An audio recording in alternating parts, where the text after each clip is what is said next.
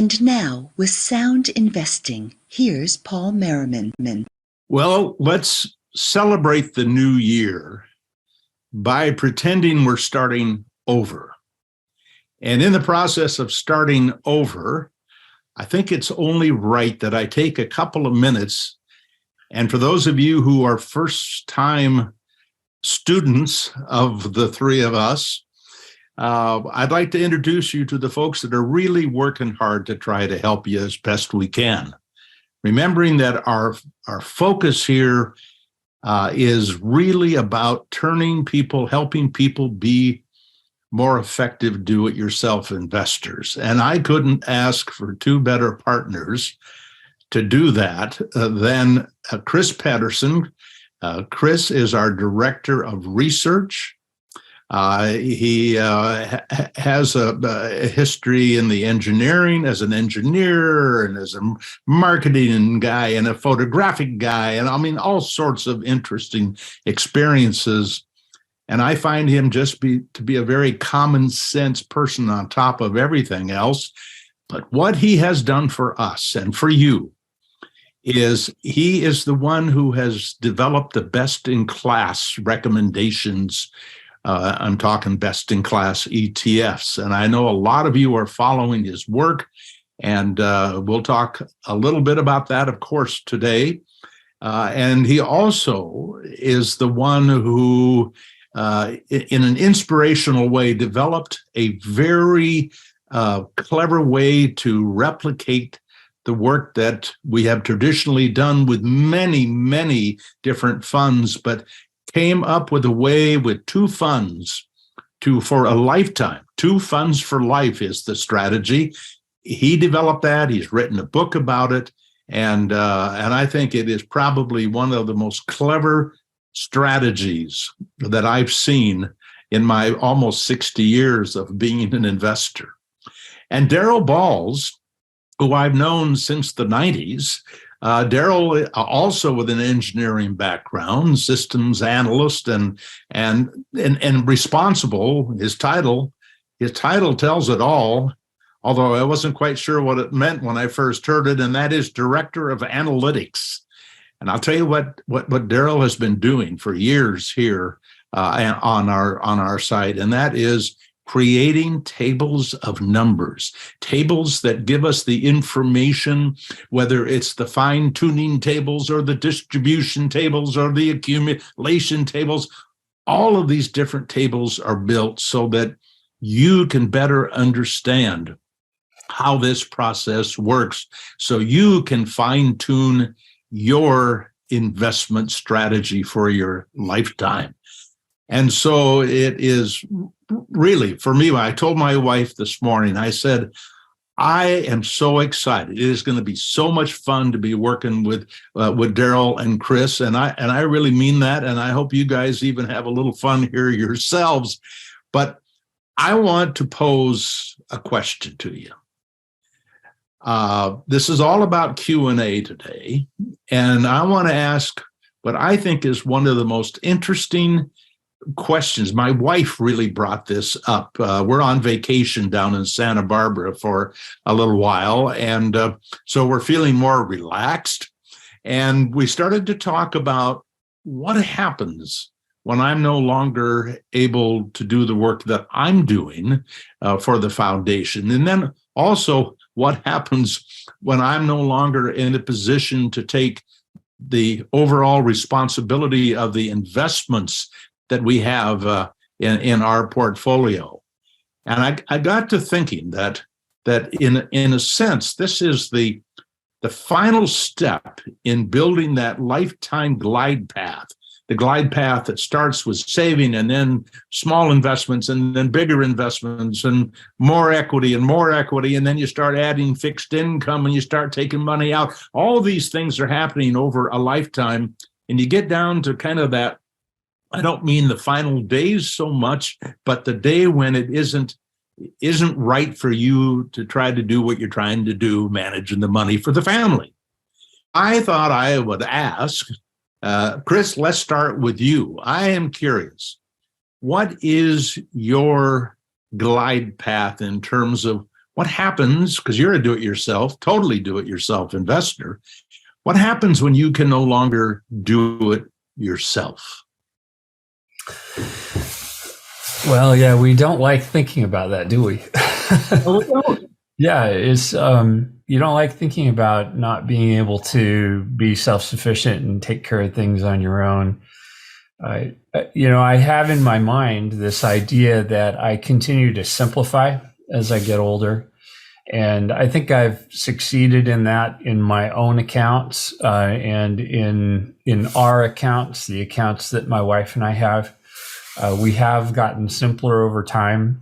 We've evolved in the direction of what our foundation advocates, what your foundation advocates, to use low-cost index funds, to invest in a small number of asset classes that have a history of good performance, that keep costs low but give you good exposure to small in value. I don't know that I need to change that very much through my life, but I think I have an interesting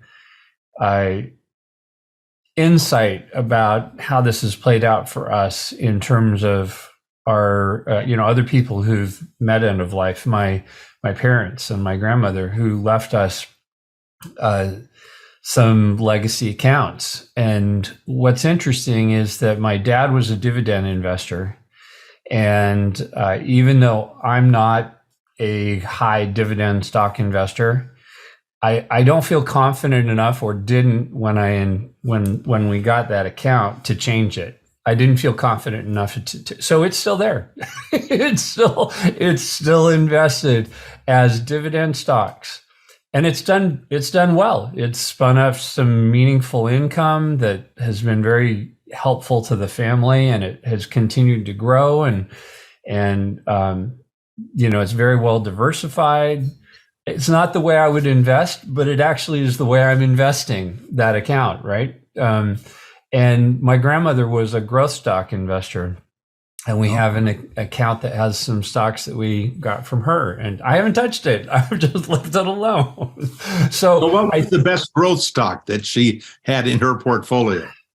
I'd have to go back and look at it piece by piece. She had some she had some biotech companies and pharmaceuticals that did really, really well in the last few years because of COVID. She had some Intel that, although in recent years hasn't done great, over the lifetime has done fantastic. She did really, really well with Intel. So I guess the point in bringing that up is that I think it is a very important thing to consider, because it's quite likely that when you leave whatever it is you leave to the next generation or to your spouse, that they're going to either lack the confidence to change it, or they're going to be somehow sentimentally attached to it, or not want to contravene your intentions. And so it's good to think about your decisions as lasting beyond you. Yeah. For us, I think we're pretty well set up. I am going to change a couple of my accounts to be 2 fund for life accounts, which further moves us in the direction of simplicity. Just trying to make it easy for that next generation to understand. And without getting too personal regarding Susanna, does she have much interest in knowing the details of how you think about it? No.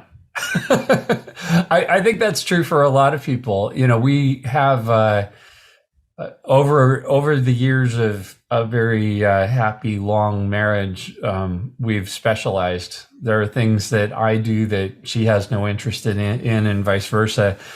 So our credit rating is entirely down to her. She pays the bills on time, and she manages our kind of cash flow in an ongoing short-term basis in a way that has earned us a very good credit rating that I can take no credit for. I probably wouldn't pay on time. That's wonderful. Well, Thanks for sharing that, Chris. I really appreciate that. But that does suggest that that move towards the two funds for life, the combination of a target date fund, I assume you're talking about, and a small cap value. Yep. That with that happening, you've got the fixed income that would be appropriate if you predeceased Susanna. So that's really a good plan. And Daryl, I happen to know that you're kind of a hybrid of do it yourself and have somebody else work on part of the portfolio. What's your glide path in the end days? Well, we've sort of followed a path that's a little similar to what Chris has done. The first few years after I retired, I spent simplifying as much as I felt I could, because we had too many little things here and there and everywhere. And so now it's down to just a few different accounts. I've chosen, based in part on legacy, but in part on as a practical reality, to have part of our portfolio, a relatively small part of our portfolio, with an investment advisory firm. And that's primarily because, like Susanna, Randy has no interest in doing this.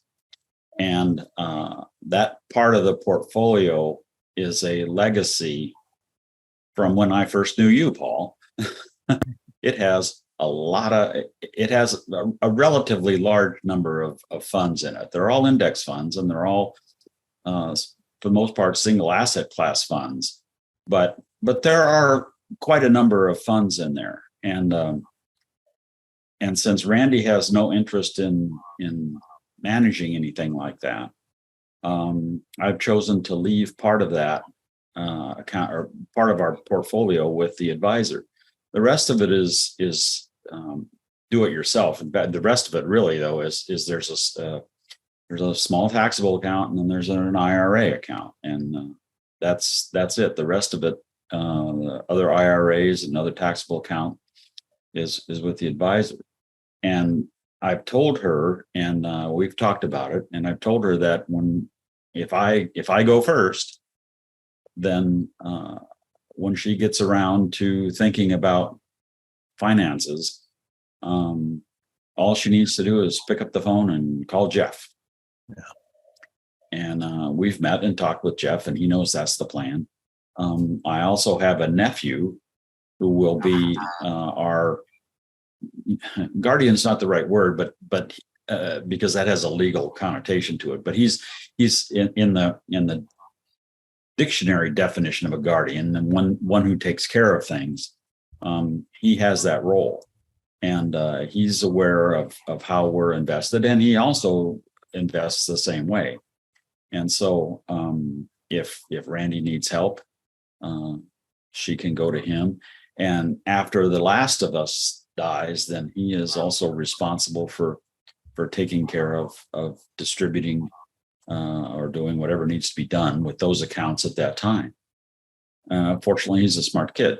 So very smart kid. So I say kid, he's 30, mid-30s. So that's a kid.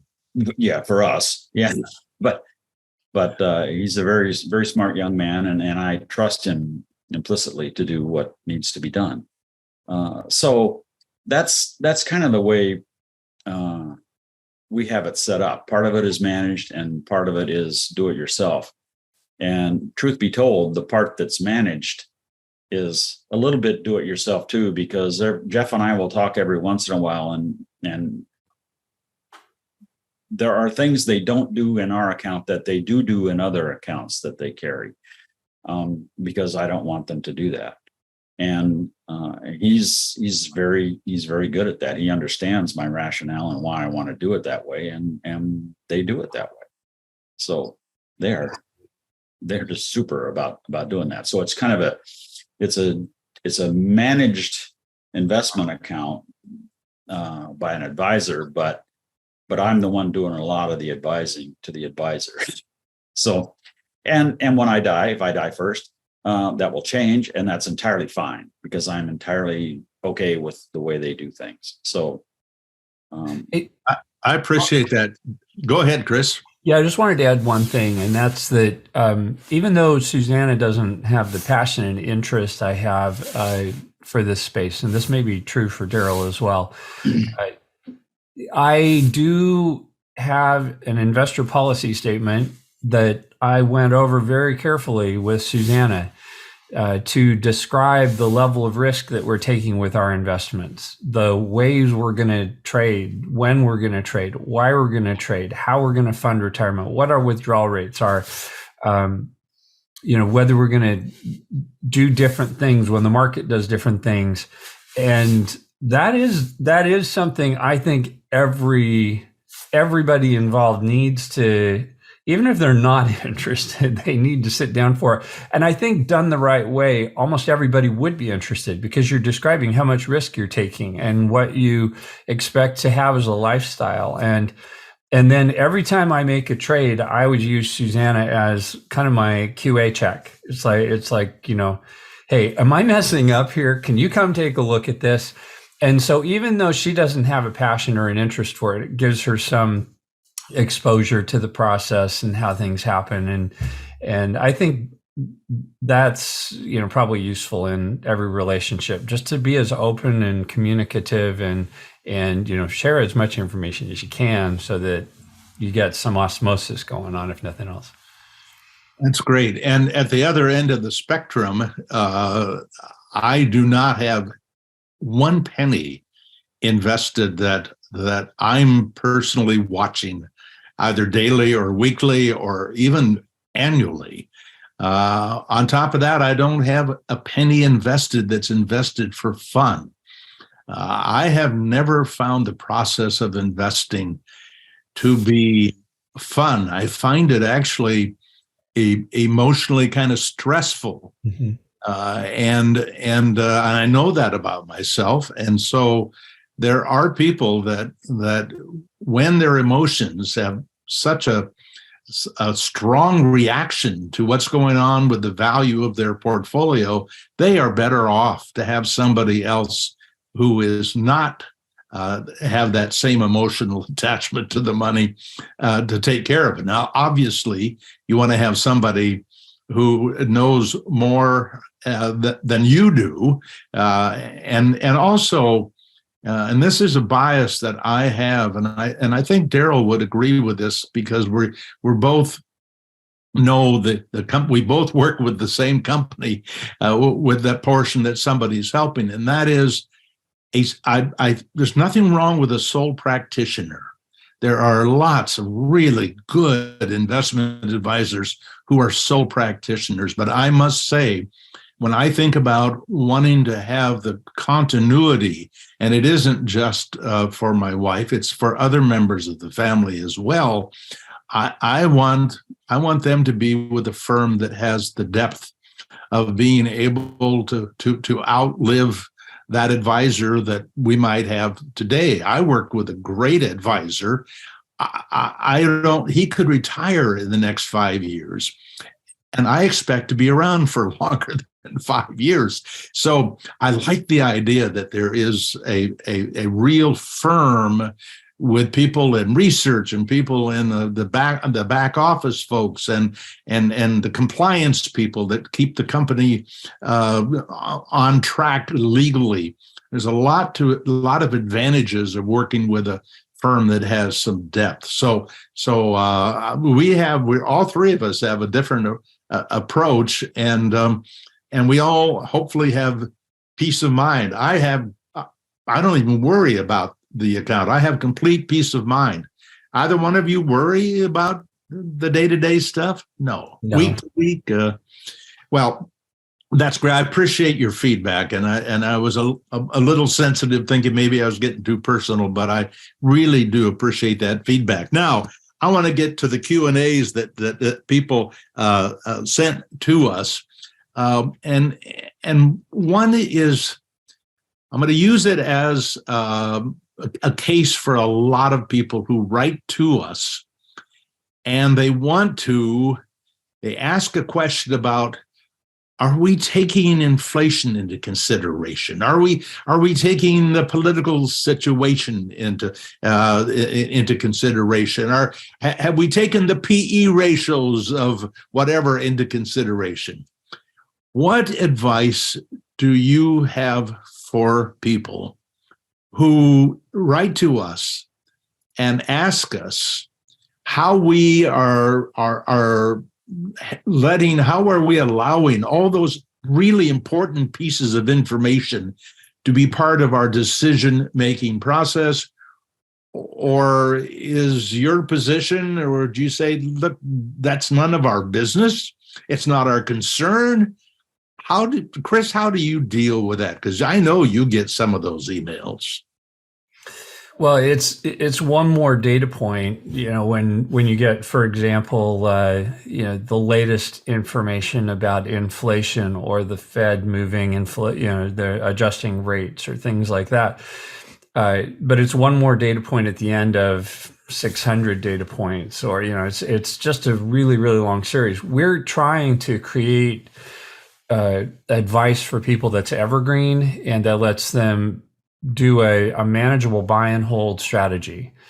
And a buy and hold strategy means that you're not going to vacillate with the winds of the day. You're not going to change your investments based on the headlines of the moment. And so it's not that we ignore the new information coming in, but it's a very, very small percentage of the total picture that we have.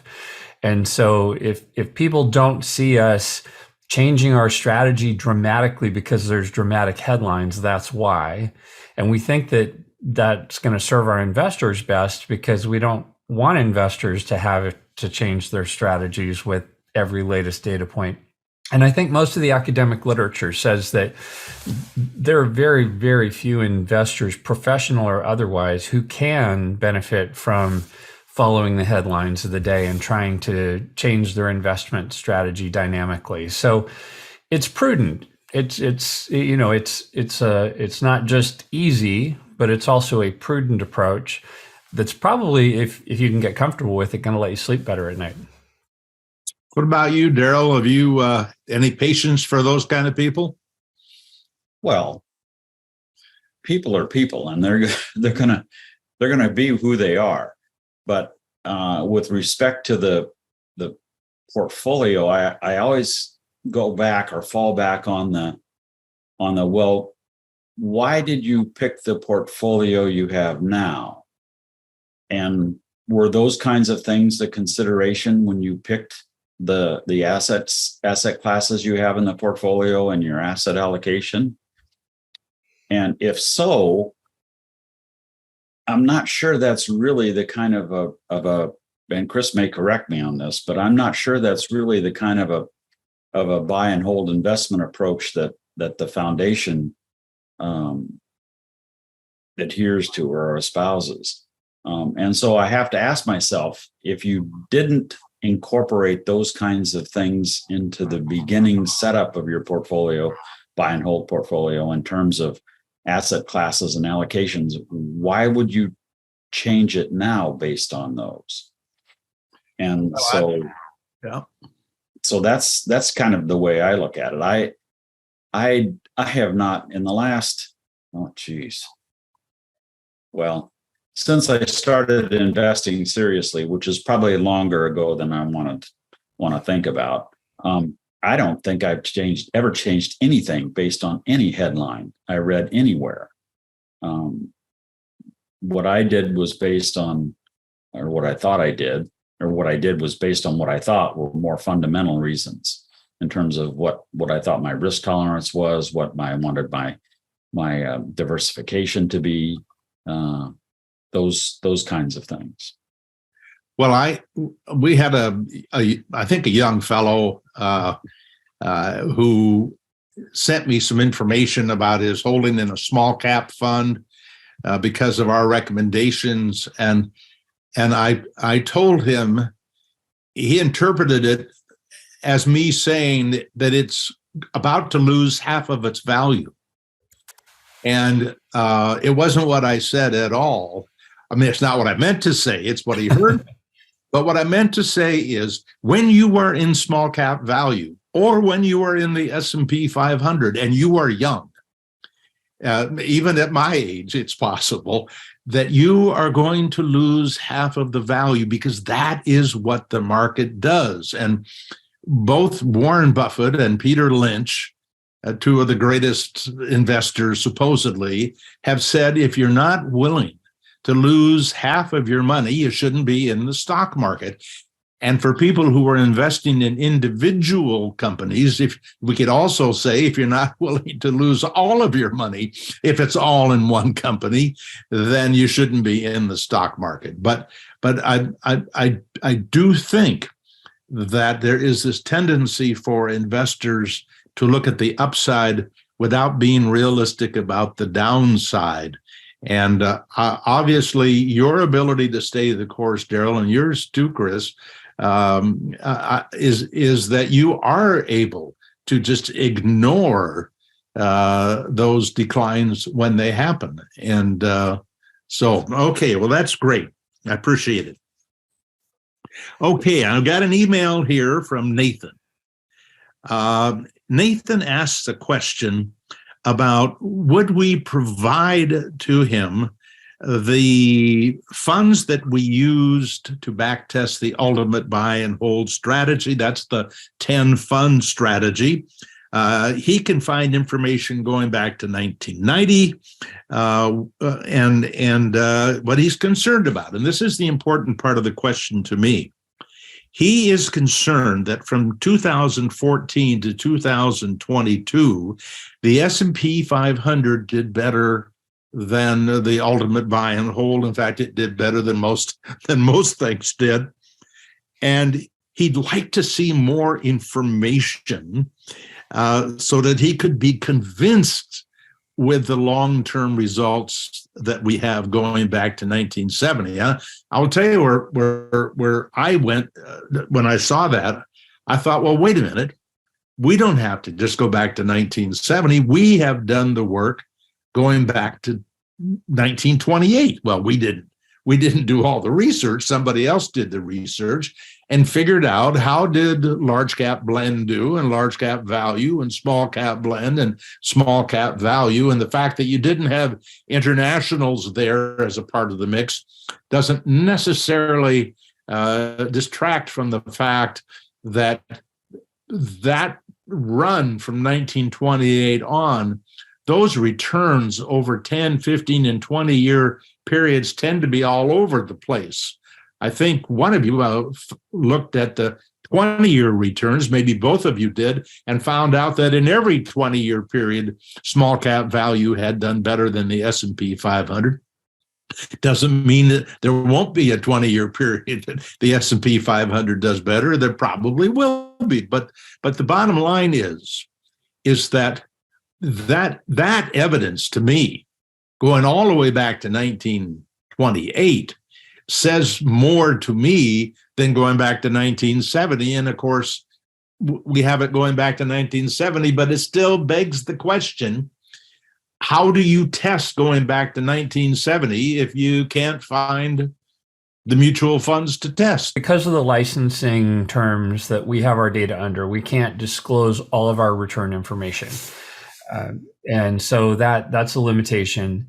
But there are some public sources that he can test the core U.S. asset classes going back to 1970. He can do that at Portfolio Visualizer. And if he goes to the disclosure page at Portfolio Visualizer, he can see every individual fund that Tuomo uses to run those calculations. Actually, it goes back to 72, I think, at Portfolio Visualizer. So that's a simple, easy to use tool that lets him extend his analysis quite a ways. He can Google the DFA matrix books and probably find PDFs he can download where he can get the return sequences that are, core to a lot of what we do. And he can get that information going back to 1928 for the U.S. funds. He can go to the Kenneth French website and get the academic research that's behind those. I mean, so there's a lot of information out there, but he won't be able to find emerging markets or REITs because there's no information that goes back as far. REITs go back pretty far, but emerging markets not very far at all, and the international small value and the others peter out. Yeah. So, Daryl, do you have any other thoughts on that? Yeah, I think there's a little bit of a dichotomy between what we show for the ultimate buy and hold portfolio and what we show for a lot of our other our other analysis or research, in that the ultimate buy and hold analysis uses actual tickers. They are actual funds, mutual funds in almost all cases. And so those do have a history, and they do have a start date, and it is not 1970. In fact, it's not 1970 in most of the cases. It's later than that. And so in order to backfill those early returns, we adjust the asset allocation to distribute it according to the thought process or the logic that is used to drive the ultimate asset allocation. So if we're missing a fund in international, well, one of the four major international asset class funds, if we're missing one of them, well, that 1/4 is actually distributed among the other three in a way that keeps the total overall asset allocation in terms of large, small, blend, and value about right. So that's one thing. When you look at the longer term histories back to 28, those are indexes that have been created by different research institutions. Yep. And as Chris mentioned, they're primarily U.S. only. If you go back that far, so I guess that's kind of the. But there, I think there's another level of concern that you have to kind of not give up on, but accept, and that is everything we're looking at is hypothetical, to the extent that even whatever the S&P 500 has actually done since 1976 will never, ever be replicated the same way again. Now, that doesn't make the returns since then hypothetical, but I will tell you this, as I track Fidelity and Vanguard and others, I find some pretty big differences in their returns over periods of time because they have slightly different holdings in you can compare at Morningstar the top 10 holdings and how much they have in Tesla and Microsoft, and it's not all the same. And so at the end of the day, I think what we are left with is we can look at all of these numbers, but probably the numbers that are most meaningful are the numbers that seem to support stocks outperform bonds for the long term. They also seem to support that value for the long term does better than growth. But you're going to have many periods of growth that just make value look like bonds in the difference in returns. And that's going to be part of the process, is that we want to judge this stuff, like what happened from 2014 to 2021, as being a meaningful period of time. Well, it isn't. And that's the problem. The question, when put to the academics who are really the experts on all of these numbers going back in terms of actually digging them out, they know how they did it. Those people will not commit to how big the premium will be for small over large or value over growth. They will simply say there should be some premium. And so there are periods the premium shrinks. There's periods the premiums get bigger. We saw this recently with small cap value, the difference in returns for those that track the Russell Small Cap Value Index or do it like the people at Advantis do it or DFA do it. There are some major differences. And the problem is that whatever made Avantis or DFA better over the last couple of years, I just noticed this year so far that the Avantis small cap value portfolio isn't doing, it's doing fine, by the way, no complaints. It's making money so far this year. I mean, it's a very short period of time, but I will tell you, the ones that it was outperforming last year are now outperforming them. Now what do I do? Is it time to make a change? Well, no, because the bet that we're making, if we're actually making a bet, is that over a very long period of time, and for many of us, that's not very long. And for other people, it's a very long period of time that this kind of a premium is going to be built in. And those who worry about whether we're taking inflation into consideration, those who worry about the political situation, those who worry about the performance of the last 5 or 10 years, I understand why they worry. It's easy to do that. I happened to watch Fareed Zakaria yesterday, and he had a guest on. And at the end of the interview, my wife and I looked at each other and said, I don't know if I want to be here for what's about to happen, because the guest was it was gloom and doom with a smile on his face, but it was still not a pretty picture. And that kind of response, not sure if those are the thoughts of a market timer. And as Daryl just noted a few minutes ago, that's not what we're advocating that people do. And we do understand that people who see numbers, those numbers tell a story. And they often tell a different story to one person than they do to another. And one of the challenges the three of us have, we want to teach people as best we can the best way that we know to invest. The problem is, for many of you, we just don't think like you do. Our brains aren't responding the way that your brain is responding. And that doesn't make our brain better. It just makes it different. And this is the hard part about trying to help do-it-yourself investors. How do we get into your brain?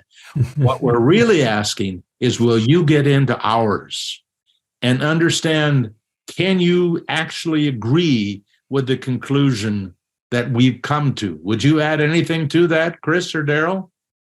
Yeah, I think one of the things that I always fall back on when somebody says, well, I'm in one of your portfolios and the S&P is kicking its butt right now. And so I say, okay, well, why did you get into that portfolio? And usually it's because, well, you want to do something better or different than the S&P. Okay, well, it's doing something better or different than the S&P right now. So why are you upset? And so, there's volatility on the upside, which everybody loves, and then there's volatility on the downside, which nobody's happy about. And so you're going to have both of those. I think it requires a longer term view. And I think one of the things that an investor, particularly a younger investor, has to become comfortable with is that long term means decades, not the next few months or the next few years. That's, if anything, that's what you need to have comfort in, is that it needs to be there. You need to set it and forget it to a certain extent for decades. And I will say that the table that you put together, that is the most powerful table I think I've seen in this regard, is, I believe it is it's the fine-tuning table 14A, I think it is. It's the combination of the S&P 500 on the far left and the small cap value on the far right. And on that page, you show the difference every year between the small cap value and the S&P 500. And at the bottom of the page, you show how many years the S&P 500 beat the small cap value, and conversely, the small cap value beat the S&P 500. and by how much. And if anybody will internalize that table and understand that is the ride you're going to go on, not with the exact same numbers, but I can tell you with almost the exact same feeling, because it is what it has to be like. They aren't the same. And you just said it, Daryl. You said you're looking to get ahead and you're looking to be different. Right now, if the S&P 500 is kicking your butt, you're being different. You are succeeding in one of the two ways. It's just that you want to be different and be the best as much of the time as you possibly can. We got an email. I just thought it was terrific. This is about a fellow who has looked at the total market index, the U.S. total market index. He looked at the percentage of the asset classes in 2017 and the asset classes that are what percentages in each one in 2022. And Chris, you might want to comment on it, because did you not find that a fascinating comparison on how different that index is, how it's made up today versus how it represented itself in 2017? Is this the question where you looked at VTSAX, Yes, the total exactly. market index? Yeah. And what he found was that at Morningstar, if you look at VTSAX and you look at the style boxes, it shows that it has a tilt towards growth, right? It does now, 32% in Right. large growth. Yeah, and the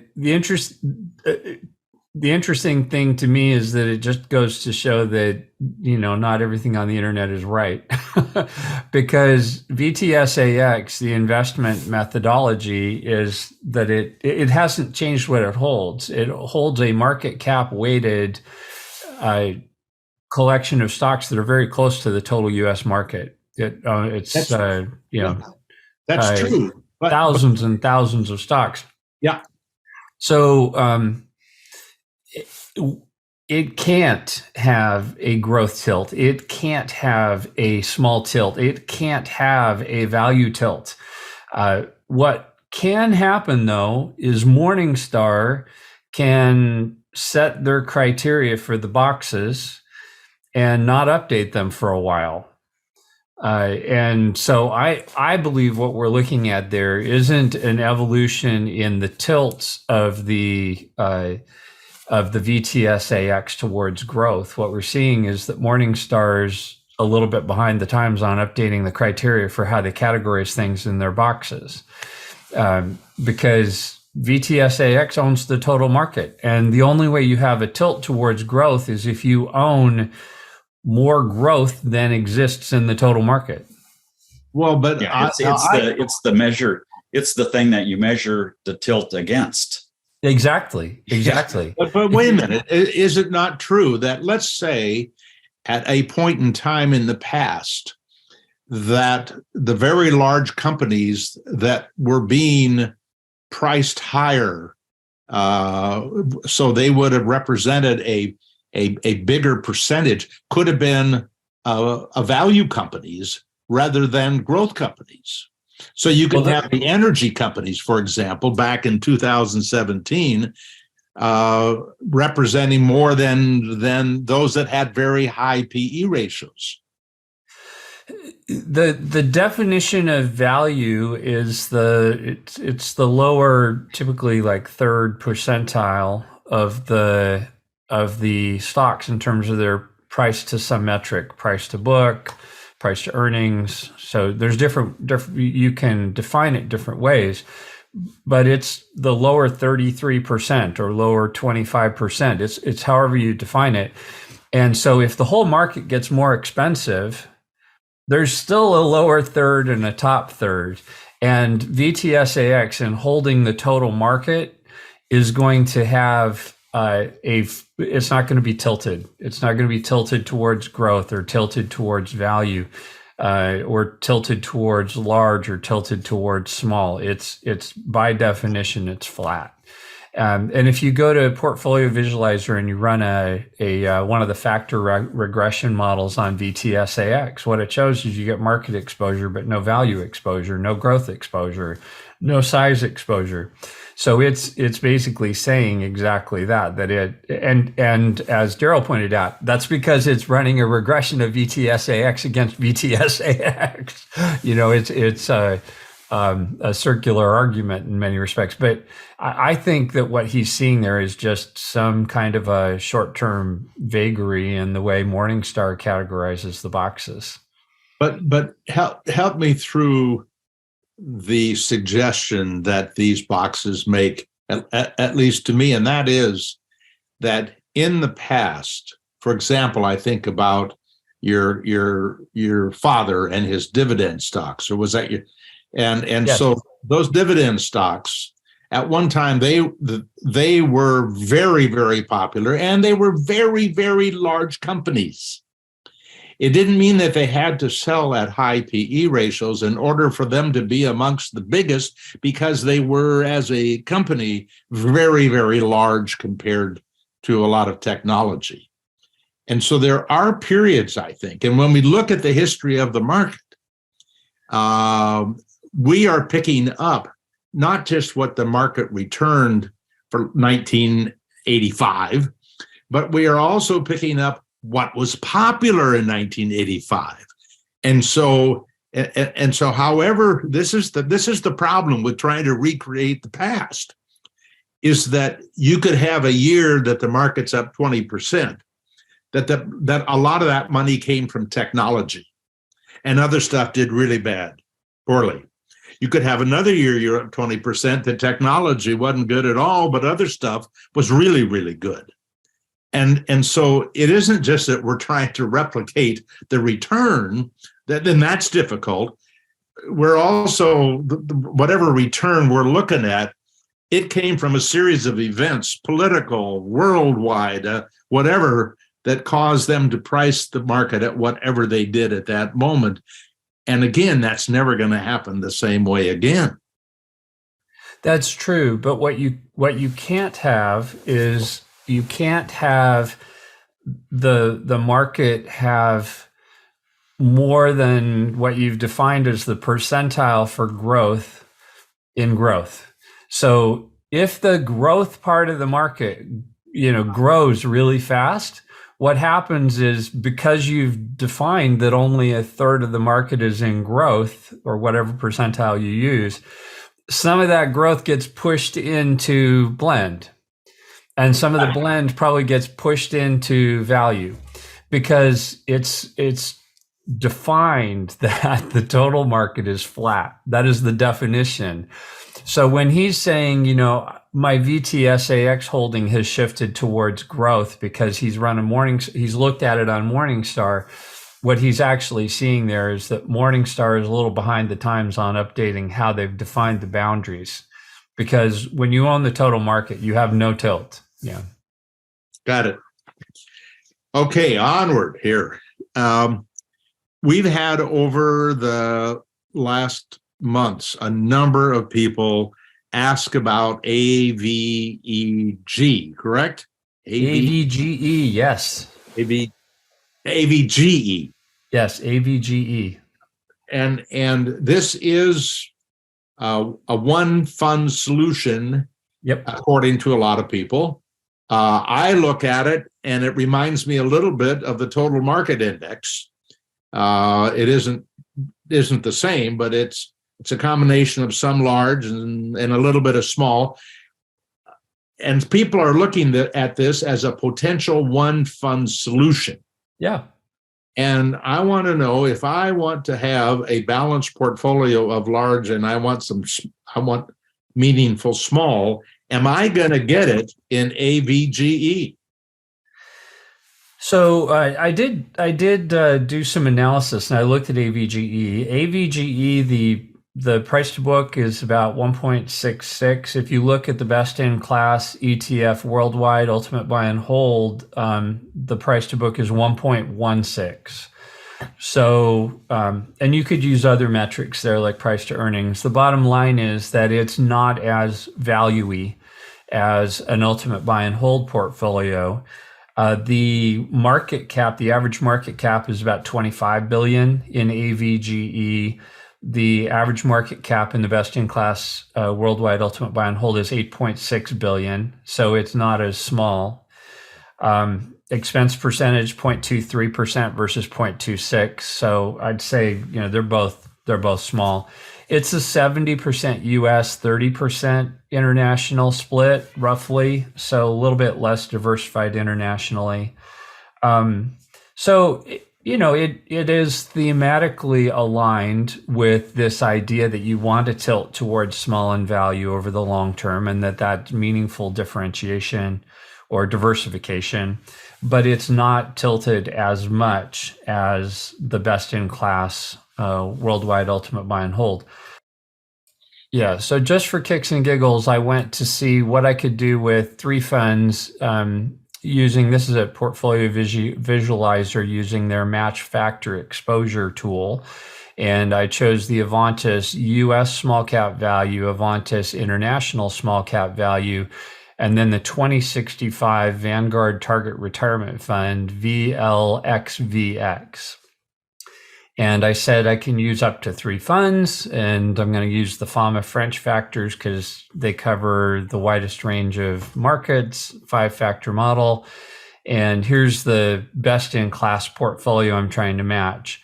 And you put that information in and you hit create clone, and then it gives you a few different options. So this is the original portfolio, which is the best-in-class ultimate buy and hold. And then it gives you 2 choices. One is the factor exposure clone, and the other is the returns-based clone. They're actually very close. So let's look at the factor exposure clone. It's 25% in US small cap value, 35% in international small cap value, and that's probably because the target date fund tilts to the US. And then you've got 40% in the target date fund. And if you come down here and you look, you can see the bottom one. This is the ultimate buy and hold. So the blue one's the ultimate buy and hold. And then the 2 clones are the top ones. And they follow it pretty well. They've actually outperformed since 2019. But if you look at the factor exposure, which is kind of like, well, what's driving the returns within the account?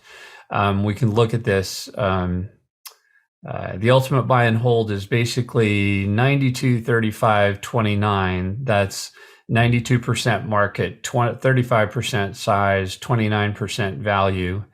And if you look at the factor clone, it's 95, 35, 25. So pretty close, pretty darn close. So, if he's really just interested in trying to simplify to be simple, he could take a 2 fund for life approach. He could have done something similar with just a US small cap value and given up on a little bit of the US international. Chris, what are the implications of a 50-50 AVUS and AVUV, half large cap blend, half small cap value? Yeah, that's a good question. So let me share again. Yeah, so you could do even better. I mean, you can see the outperformance here. So Paul, you asked, what would happen if we tried to match the ultimate buy and hold portfolio with, instead of this AVGE fund that he's suggested, using the Avantis US total, not total market, but large cap blend, and the Avantis US small cap value, AVUS and AVUV. Yes. Yeah, and if we did that, we get even better. If we look at the factor exposures, we get better exposure to the market while also getting high size and value exposures. And if you look at the historical performance, that 2 fund solution has outperformed the target portfolio, which is the ultimate buy and hold. and the ratio they came up with was actually 70%. This is a 70-30, 70% Avantis US, 30% US value. It's a relatively low risk. Yeah, I mean, it's got as a 70-30, that's a reasonable allocation, 70% to US blend and 30% to US small cap value. So there's lots of ways to skin the cat and get to a smaller portfolio that still has good exposure to small in value. Yep. That's great. Look at the Sortino ratios. Yeah, the target portfolio, the Sortino ratio, that's the ultimate buy and hold best in class ETF. All equity is 0.49, and the two fund was 0.86. Yep. Well, that's great. I know we're going long here. I want to take a quickie here for somebody who asked whether or not I am still using short-term investment grade bond fund at Vanguard for my holding the money we put aside to be our annual income that we take the first week of the year and then we draw out 1 month at a time. And this person made the point that last year the short-term bond fund was down about 5%. I don't remember the exact number, but do I still use it? And the answer is yes. If I go back and look at the last 10 years and what that particular fund ended up paying, the premium that it paid over time was about 1% better a year than I would have gotten from a money market fund.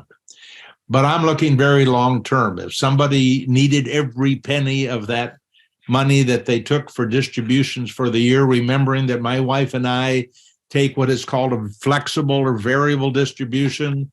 We're taking it from a pot of money that represents more than we actually need to live on. So if anybody suffered last year, it may have been the people we gave money to. I'm not sure, but it didn't change my commitment to using the short-term bond fund for that purpose, for the short-term money. I had also asked you guys about the best lesson what happened to you last year in the market or in your life that you learned from 2022. Anything worth sharing? Chris, what do you got? Well, from the market, it's good to look away. It was a bumpy ride last year, and I did look away for a lot of the year. The biggest thing, though, we had a lot of opportunity to serve and help family, and by far and away, that's the biggest return we got on any kind of investment. We spent a lot of. It's fortunate to be in retirement and have the time to rally to the aid of. We have a daughter and son-in-law and their kids, our grandkids, who are relocating, and he was going through training where he was separated from the family for a period of time, and she was a single mom, and we spent a lot of time with them. And Susanna's mom has some health issues, and we spent a lot of time with them helping out, and it's just nice to be of use, right? It's nice to be of use. It's a great investment in other people, and it's a great investment in your own self-esteem. So by far and away, the biggest investment for us last year was being able to help our family and help people around us. Well, that's wonderful. Daryl? Well, as far as investing or financial or related things, I think the one thing that I found that sort of stunned isn't the right word, but probably disappointed me the most was that how this is the worst inflation we've ever seen. Really? Were you around in the 70s or 80s? The market has never been this bad. Really? It's the viewpoint that if you haven't seen it before, it hasn't happened. if you haven't seen it in your life, it hasn't happened. And that's, I think that's leads to a lot of angst, particularly in people who financially have come of age in the last decade or so. Last 10, 12, maybe 15 years. It's not really been normal, or I shouldn't say that, I guess, but it's been a very, very profitable time, and that is not always normal. The normal thing is that things go up and down, and we've had a pretty good bull market. There have been some setbacks along the way, but it's not anything like some of the setbacks that have happened. And same thing with inflation. Yeah, 8% or whatever it was in this last year's is pretty high, but I remember when my credit card charged me 18%, Yeah. Yikes. And I remember getting mortgages were the same way. Yes. In the teens. And so, I had a 5-year CD that paid 16% a year. Yeah. Yeah. I mean, it was amazing, unexpected. I think that the unexpected thing for me about last year was, it's kind of, you expect the unexpected. We've been talking about how low risk bonds are, and they showed us a new level of risk that we haven't seen before, at least not in our lifetimes. That's one part of it. But the other part of bonds that was still the same was that short to intermediate term bonds, while they lost money, they lost a lot less than the stock market lost. And so to the extent that you had bonds in your portfolio to stabilize the portfolio, they didn't stabilize it like you thought they were going to stabilize it, but they stabilized it and did some of the work that you were expecting out of them. And I want to share, because I love the work that we're doing. I love the fact that we're able to help people through our website and the podcasts and the articles and all these things that we have this opportunity to do. The one story that sticks with me about last year is how, by chance, a 19-year-old student comes upon our work and follows up, asks a couple questions about his portfolio. I responded, and that led to an invite for me to speak at Rutgers. I think it's the Honor Council of engineering students. And I had the opportunity to speak to 154 engineering students, all because one 19-year-old young person by chance found our website, by chance sent me an email, by chance I had time to answer it. And that has put me on a whole new trajectory, trying to help more students who come through the math world than I was focused on before. And so that was a game changer for me. But I really appreciate the great work you did. We have some exciting stuff coming up. This is going to be great. Daryl is going to be working on the update for all the tables that we do every year. And so, I mean, that to me is always an exciting time of the year. But I'm going to be focusing with Chris on some extra work. When I say extra work, some conversation in podcasts, video work on the best in class. Go back, review that work, review the work that Chris did in building our custom target date fund that we haven't done much with in terms of exposure. And we're also going to talk in the coming weeks, after Chris gets done with reviewing the best in class recommendations. We're going to be talking about Fidelity and this new program they have for people who want to automate, much like M1, automate the process. So we'll be talking about M1, we'll be talking about fidelity program that allows people to rebalance at almost no cost. It's such. Have you looked at it, by the way, Chris, very carefully? Only briefly. My initial reaction was I don't like the $60 per year fee, but in the grand scheme of things, that's not that much money. That's what we're going to discuss. It's $4.99 a month, and so yes, that's becomes $60. On the other hand, I'll tell you, there are a lot of people who are concerned about, do I want to turn a whole bunch of money over to M1? What do I know about M1? Sure. And I think for people who are a little nervous about that, $60 a year. And by the way, it includes limit orders on the purchase.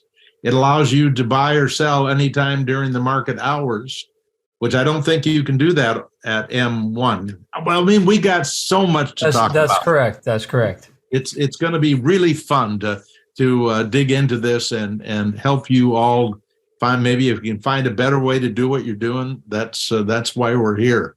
So thank you for watching. Tell your friends about us. Like us on YouTube. Do what you can over at iTunes to make a comment about our work if it's been helpful.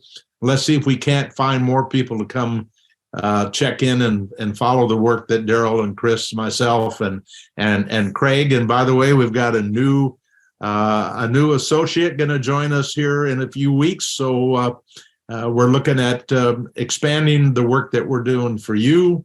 Thank you for taking the time to be with us. Thank you, gentlemen, very much. Paul Merriman with Sound Investing. Sound Investing, soundinvesting.com, and paulmerriman.com are produced and exclusively owned by Paul Merriman, who is solely responsible for their content. For more information, free articles, mutual fund recommendations, and more, visit paulmerriman.com.